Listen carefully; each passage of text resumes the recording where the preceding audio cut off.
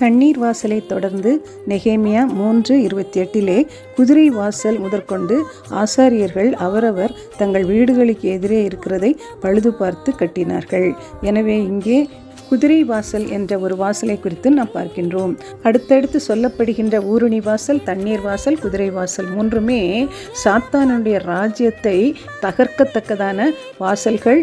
அவை நம்முடைய ஆவிக்குரிய ஜீவியத்திலே செயல்பட வேண்டிய வாசல்கள், நம்முடைய திருச்சபைகளிலே செயல்பட வேண்டிய வாசல்கள்.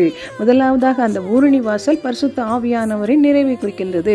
அப்போஸ்தலர் 1:8 நம்ம பார்க்கிறோம், பரிசுத்த ஆவியானவர் உங்களிடத்தில் வரும்பொழுது நீங்கள் பலனடைந்து. இது எந்த பலனை குறிக்கிறது?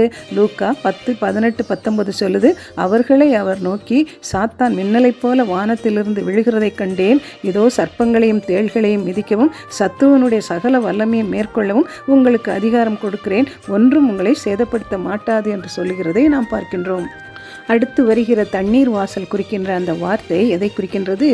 எபேசியர் 6:17 நம்ம பார்க்கிறோம், தேவ வசனமாகிய ஆவியின் பட்டயத்தையும் எடுத்துக்கொள்ளுங்கள்.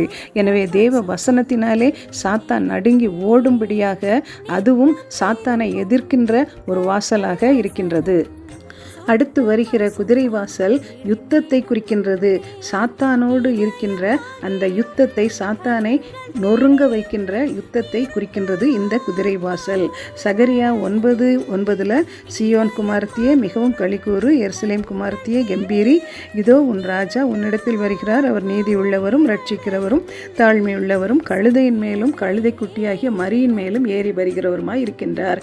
ஆண்டவராகிய இயேசு கிறிஸ்து தன்னுடைய முதலாம் வருகையிலே அவர் இரட்சகராக வரும்பொழுது அவர் சாந்த குணமுள்ளவராக வருகின்றார். அப்பொழுது சாந்த குணத்திற்கு அடையாளமாகிய கழுதையின் மீது ஏறி வருகின்றார். பகிரங்க வருகையின் போது வரும்பொழுது அவர் ராஜாவாக வருவார். அதை குறித்து வெளிப்படுத்தல் 19வது அதிகாரம் 11வது வசனத்திலிருந்து நாம் பார்க்கின்றோம். பின்பு பரலோகம் திறந்திருக்க கண்டேன், இதோ ஒரு வெள்ளை குதிரை காணப்பட்டது, அதன் மேல் ஏறி இருந்தவர் உண்மையும் சத்தியம் உள்ளவர் எண்ணப்பட்டார். அவர் நீதியாய் நியாயம் தீர்த்து யுத்தம் பண்ணுகிறார். அவருடைய கண்கள் அக்கினி ஜுவாலையை போல் இருந்தன, அவருடைய சிரசின் மேல் அநேக கிரீடங்கள் இருந்தன.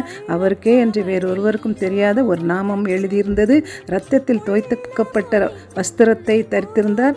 அவருடைய நாமம் தேவனுடைய வார்த்தை என்பதே. பரலோகத்தில் உள்ள சேனைகள் வெண்மையும் சுத்தமுமான மெல்லிய வஸ்திரம் தரித்தவர்களாய் வெள்ளை குதிரைகளின் மேல் ஏறி அவருக்கு பின் சென்றார்கள். எனவே இந்த குதிரை வாசல் என்பது சாத்தானை நொறுங்க வைக்கின்ற யுத்தத்தை குறிக்கின்றது.